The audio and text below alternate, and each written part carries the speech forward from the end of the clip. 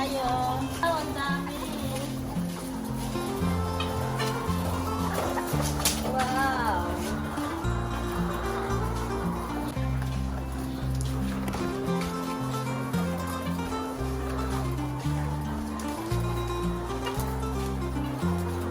Namiss kong mag-harvest ng mga itlog, mga ka-farming. Wow, ang dami oh. Wow, hanggang doon puno ang mga itlog. Wow. Nakakamiss mag-harvest.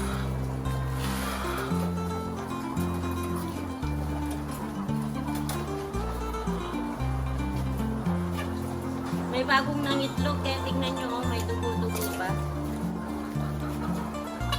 Dami.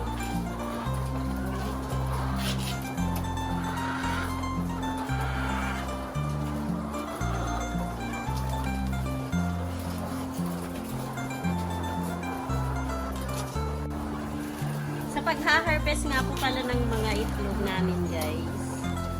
Meron kaming sariling tray. Ayan. Ito lang po ginagamit namin dito sa loob ng farm para maiwasan yung mga virus.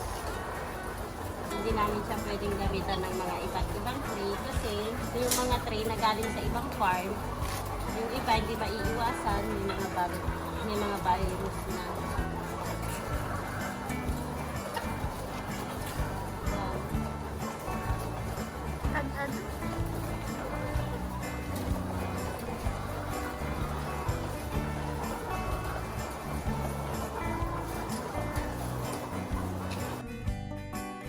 Ayan po yung mga eggs namin, mga ka-farming.